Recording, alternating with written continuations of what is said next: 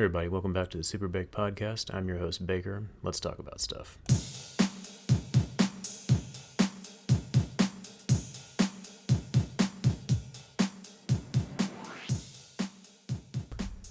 Hey everybody, welcome back to the show. So, before I gave my thoughts on the Rings of Power series for Amazon, I thought today I would start with my thoughts on House of the Dragon. I watched the first episode. I'm actually 2 episodes in at the time of recording this, so I don't know if I'm going to do this quite like last time. I don't know if I'm going to do an episode per podcast. I might do maybe 1 or 2, possibly. It just kind of depends. But for now, I'm just going to do the first episode and kind of give my thoughts on it. So, episode 1 of House of the Dragon, episode title, The Heirs of the Dragon. So, right off the bat, I definitely want to say I definitely like this show more than Rings of Power. Well, I guess I should say I like the first episode of this show more than any of the episodes I've seen of Rings of Power. To me, this is how you start a fucking show. This was good. Number one, it feels just like Game of Thrones, which I'm all for. The opening segment, of course, they use the music, the soundtrack from the original series. They even have kind of a similar opening segment too, where you see like the mechanisms kind of moving around and stuff and making new things, just like what you saw in the original show. So that was a cool callback. I kind of figured that was going to be the case. I know this is based off the book Fire and Blood, or is it Blood and Fire? I always get it mixed up, but it's the novel written by George R. R. Martin, the prequel to the Game of Thrones series, which I have, and I read about a quarter of it. I need to finish it. Still working on that. But the plot of this show takes place 172 years before the events of Game of Thrones. And basically, to kind of give a brief summary of it, at least so far, it's essentially about the Targaryens before Daenerys and kind of how they ruled the Seven Kingdoms. This one focuses on King Viserys Targaryen, played by Paddy Considine. I hope I'm saying that right. I might be butchering that. A few of the other cast members include Millie Alcock as Princess Rhaenyra, Matt Smith as Daemon Targaryen, who I am becoming a bigger and bigger fan of, especially after watching him in this show, and also him in at least the earlier seasons of The Crown. I think he is definitely a phenomenal actor for sure. Rhys Ifans as Otto Hightower, the Hand of the King. So yeah, definitely a pretty good strong cast list here for sure. Yeah, like I said, I really like this episode. I think this was a strong start to the season. Plot-wise, without going too much into spoilers, and I will spoil just a few things here, this isn't going to be like a full-on review. Again, like with Rings of Power, this is just kind of my basic thoughts of the episode. So I'm not going to go too much in depth as far as what happens, but basically we spend some time getting to know the Targaryen family in this setting. We actually get a shot of a dragon. We get to see Princess Rhaenyra actually riding one of her dragons in the very first shot of the episode, or I think it's the first shot. It's one of them, I think. It's pretty early on. And what I like about it is that even though we see the dragon and we get a good shot of it, and it's pretty awesome to see again, it's awesome to see a Game of Thrones dragon again, there's not a lot of focus on it. The focus of this show really is on the political aspects of the Targaryen family. We get to see Viserys talking to his small council, including the Hand of the King, Otto, as well as several others. And that to me was always the part of Game of Thrones that I liked the most. I liked when it focused more on the political aspects of it, like the scheming, the conversations, the political plots, things like that. That to me was when the show was at its best. Like season 2 of Game of Thrones was fantastic because we got to see more of like Tyrion doing what he does best, negotiating with people and using his wits.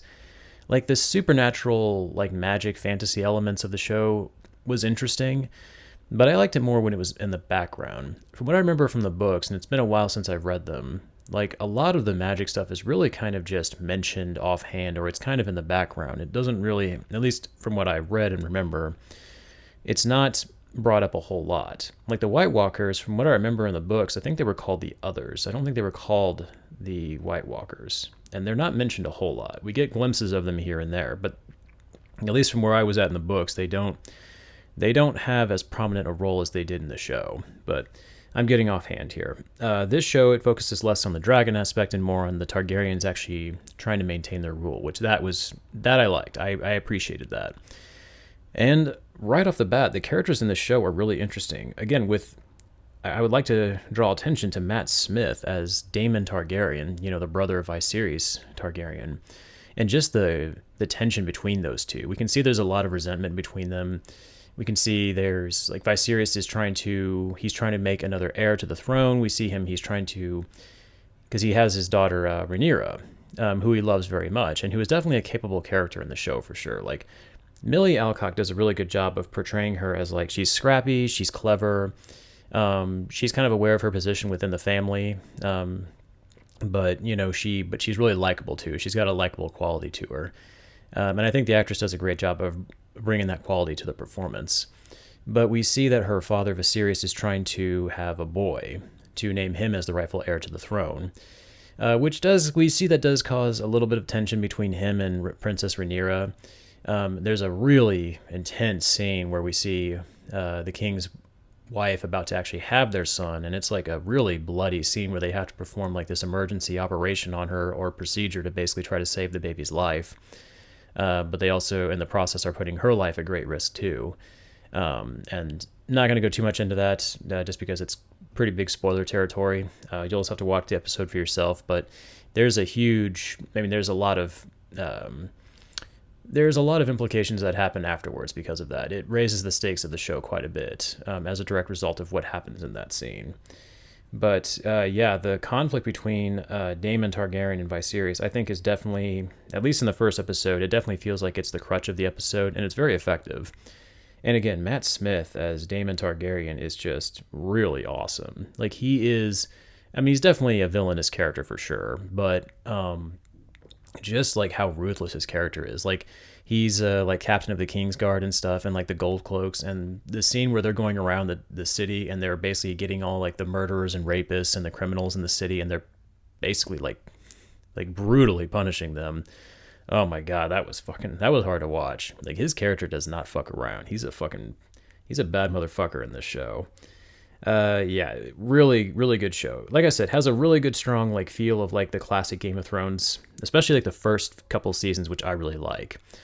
Now, again, I haven't read a whole lot of the book, so I don't know how closely they're following this. I think, from what I understand, they're taking a lot of creative liberties with the plot, so we'll see. I mean, I definitely recognize a lot of the names and characters from the book, and my understanding with this season is that it's going to follow essentially a lot of the same characters like Princess Rhaenyra, but we're going to see them over the different course of her life. So we'll see like older versions of her played by different actresses.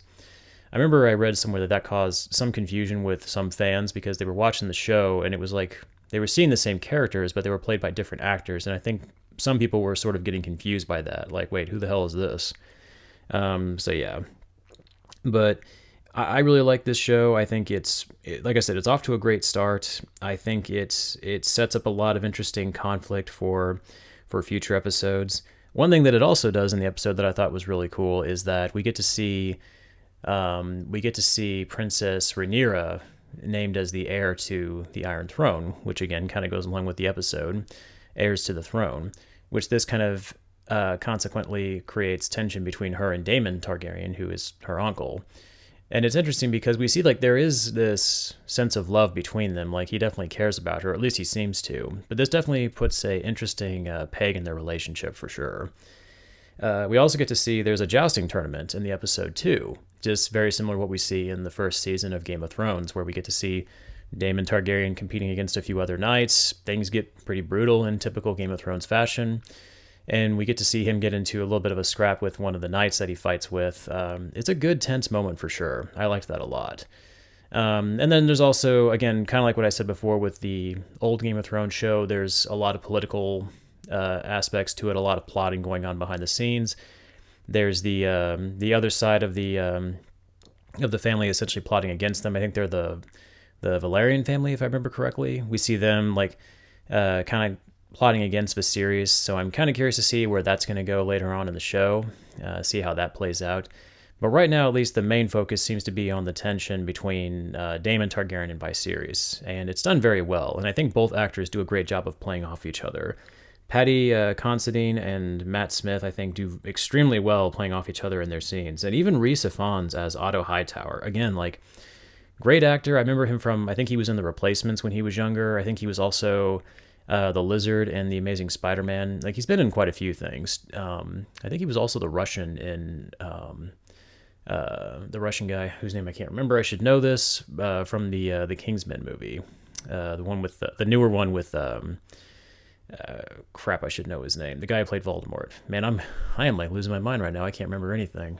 I drank coffee, but it was decaf. Maybe that's fucking me up. But anyways, yeah, like his character, Otto Hightower, like he definitely seems like there's some interesting plotting going on there with his character. I'm not quite sure how much I trust him. Like we see him, it looks like he's kind of trying to like pimp his daughter out to Viserys throughout the episode, which definitely has some interesting tension between him and his daughter. So like I'm kind of curious to see how that's going to play out long term. But I feel like there's something up with his character that I feel like we're going to learn more about as the season goes on. But yeah, like I said, this is a strong start to the season for sure. Like I'm already interested in what's going to happen later. Like I feel like one thing that this gets right that the Rings of Power did not is that the characters are actually interesting. And I hate to talk shit about Rings of Power, but unfortunately you're going to hear me make a lot of that you're going to hear me make that comparison a lot between these two shows. But like the characters in this show, I feel like I remember them more. I remember Princess Rhaenyra, Daemon, Viserys. Like these characters are just, I think they're just more fleshed out and more interesting.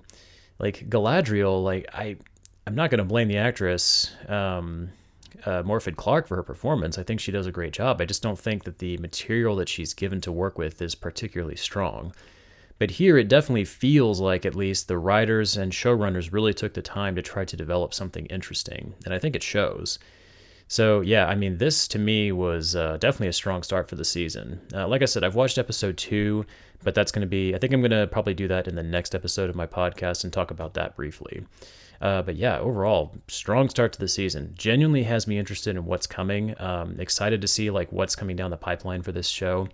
I believe it's 10 episodes, if I'm not mistaken, on HBO Max, whereas Rings of Power, I believe, was 8. So there's a little bit more to get through here, but I'm going to try to get through the entire show before the end of the year if I can, just because my last episode this year will probably be on Christmas Day, will be the day it goes up, and then I'll probably go on like a hiatus for a couple weeks, potentially. So I kind of want to get this done before then, just so I can kind of enjoy the holidays a little bit. So you might see me posting a few more episodes than I normally do on a weekly basis, just to try to get through this show a little bit, as well as to talk about other things. But yeah, if you haven't seen the show yet, definitely check it out. If you like Game of Thrones, I can almost guarantee you'll like this. So next, I wanted to talk about the trailer that premiered earlier this week at the 2022 Game Awards. The new Death Stranding 2 trailer. Now, apparently that is the working title. I don't know if that's going to be the final name of the game, but I would imagine it will be. But that's what Kojima is saying about it. Apparently, this was announced or confirmed earlier this year by Norman Reedus, who is once again returning to his role as Sam Bridges in this game. Man, I had heard rumors that they were potentially working on a sequel, but I had no idea that this was even happening and that we were this close to a fucking trailer. So I am so excited about this game. I love the first Death Stranding. I really didn't think I would. I'm not really a big fan of Kojima games. Like, I tried to play Phantom Pain years ago. I never played any of the other Metal Gear games, so I don't know if that was a mistake. I think it's supposed to take place before those games, so I don't know. I couldn't get into it. I think I got about 15 hours into that game, and I couldn't really do it anymore. Maybe I'll go back and give it another shot someday. But Death Stranding, it was such a weird-ass fucking game. But man, I loved it, especially once I got about 5 hours into it. When you get to like the second area, for me, that was when the game really fucking took off, and I couldn't put it down. It was so batshit nuts, but I couldn't get enough of it. Like, even now, if you were to ask me what the hell the plot of that game was, I really couldn't tell you. Basically, I mean, the simple version that I can come up with is that you're basically just a delivery guy dodging ghosts. In a sense, that's kind of the gist of it. But I know there's like so much more to it. Like, it's such a fucking crazy ass game. And just like the celebrity cameos they put in there, it's nuts, but it's so damn good. And so I'm excited for this game. I'm definitely picking this up when it comes out for sure. It's been announced for the PS5. I'm sure it'll be on other platforms as well. But just to kind of go over the trailer and just kind of give my thoughts on it and some of the things that we see in there, we get to see Fragile's character from the first game. She returns, same actress playing her. We get to see just a few details that I noticed in the trailer that I thought were interesting. It looks like her character is with a baby. I'm not sure if this is supposed to be BB from the first game or a different infant. But it looks like she's raising it. They don't explain outright who the father is. I'm guessing it might be Sam Bridges because it kind of seemed like those two had sort of a relationship blooming in the first game. There's an interesting little tidbit in the trailer. We see like little ink handprints on like a measuring stick, like what they use to measure like the height of their kid. And it looks like it's the same handprints that we see like the BTs leave behind in the first game. So not sure if that's supposed to be a callback to the first game or not, but I thought that was kind of an interesting little detail I noticed in there. But we see Fragile, she's with the baby. She appears to be in some weird underground complex, and then she's being pursued by some mysterious assailants. We don't get to see them, we just see that they're chasing after her. She escapes the complex, gets on like a little like unicycle, like motorized unicycle, and then gets shot down. And then we see that it looks like she dies in that scene. But then she shows up later on in the trailer, and we see her talking to a much older Sam Bridges, who, well, I say much older. Really, it just looks like he has gray hair now. So I'm not really quite sure if this is supposed to take place like several years after the first game, or if there's just like some, or if like something's happened to Sam in the meantime. I'm not really sure about that. We also looks like we get like sort of a glimpse of who the villain's going to be. It looks like he's like clad in like red armor and has like a guitar and has like a badass mechanized arm like what you see from that you use to has like radar to track where BTs are from the first game. It looks like he's voiced again by Troy Baker, who I believe also performs the song that plays in the background in this trailer. Man, that dude's got a good singing voice. He's a phenomenal voice actor. I like Troy Baker a lot. But yeah, that was awesome to see. But one thing I'm kind of curious about in this trailer is like, so Fragile from the first game, if I remember correctly, in this game we see her wearing a tank top, so we can see like her arms and hands, and she looks like a regular person. But in the first game, she made it a point to wear a suit covering her whole body because the rain that falls, I think it's called like the time fall, the water will age you if it touches you. And basically she said like her whole body except for her head were aged because of that. So I'm kind of curious why she doesn't look like that in this game. I'm wondering if this is supposed to be the same Fragile or if this is like a new, different version, like a clone. That's why I'm kind of curious about if this is supposed to be the same Sam Bridges or a new or different one. It's Hideo Kojima, so who the fuck knows? This could be anything. A couple other things that I noticed in the trailer. It looks like we see BB again in his case, but there's a part where it looks like he has like dark angel wings. And like the fluid in his tank seems to be getting darker as the scene goes on. So we see him show up right before the title shows up. So that was kind of interesting. I'm not quite sure what the implication there is. There's also another scene where it shows Sam picking up BB's case, and it looks like it's got like tentacles in it. So again, not sure what the implication there is, but like from the first Death Stranding, nothing would surprise me in this game. That game threw so much fucking weird shit at you. So nothing would surprise me here. And also just like the older Sam Bridges, again, the thing that kind of has me interested in that is the only thing that really looks different about him as far as I could tell is just that his hair is gray. But like his face, his skin doesn't look older. Like he doesn't look like he has like wrinkles or anything like that. That's why I'm kind of curious, like if this really is an older Sam Bridges or if he just like if he colored his hair or what. Like I'm really curious about that. There's a part later in the trailer where he's talking to Fragile out on like a balcony overlooking like what looks like one of those giant ink lakes that you see from the first game, the ones that the big giant BTs come out of. And instead of a BT, a giant ship comes out that says it says drawbridge on it. And it's hovering in the air. To which Fragile basically tells Sam that she wants him to join her crew and says that he has to go on one more journey. So the implication, of course, is that Sam is probably once again going to be doing his deliveries like what he did in the first game, which I'm all for. I actually liked the deliveries in the first game. There was something like really relaxing about them, especially when you got like your music playing.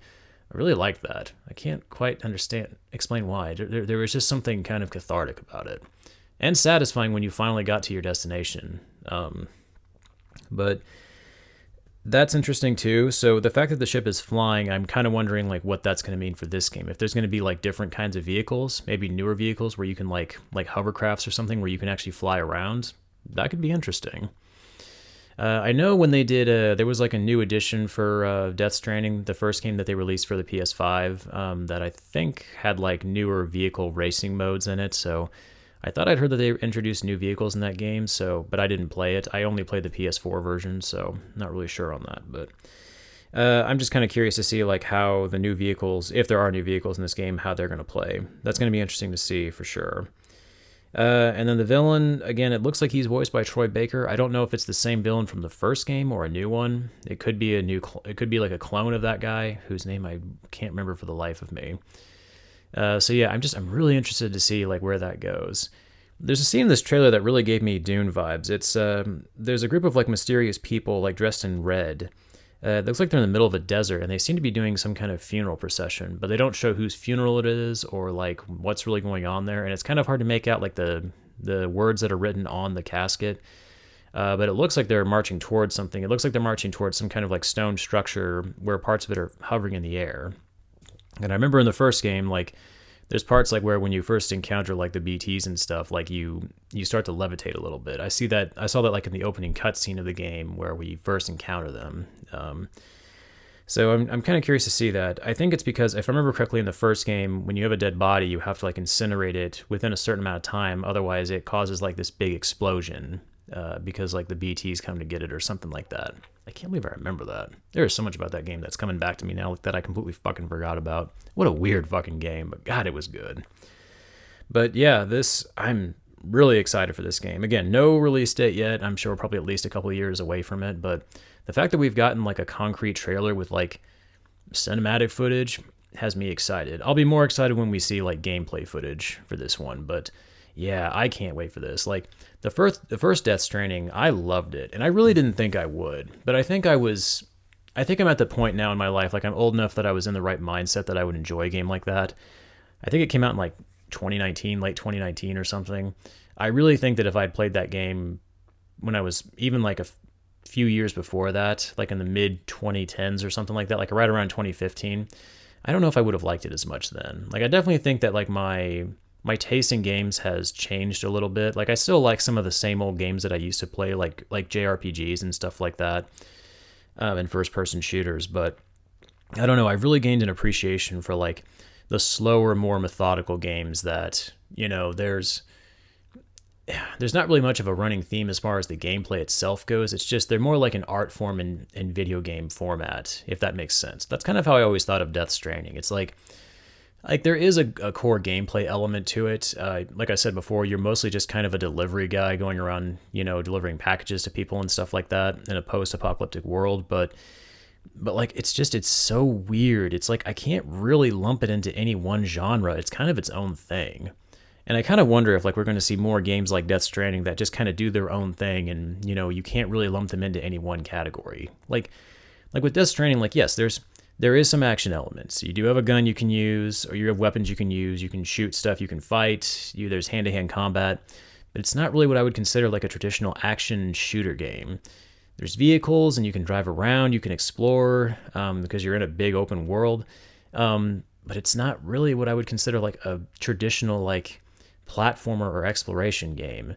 There's definitely some scary elements to it as well, like with the BTs when those show up, the other enemies that you encounter. Like there's some genuinely creepy moments in the game, like when you have to sneak around and not get caught.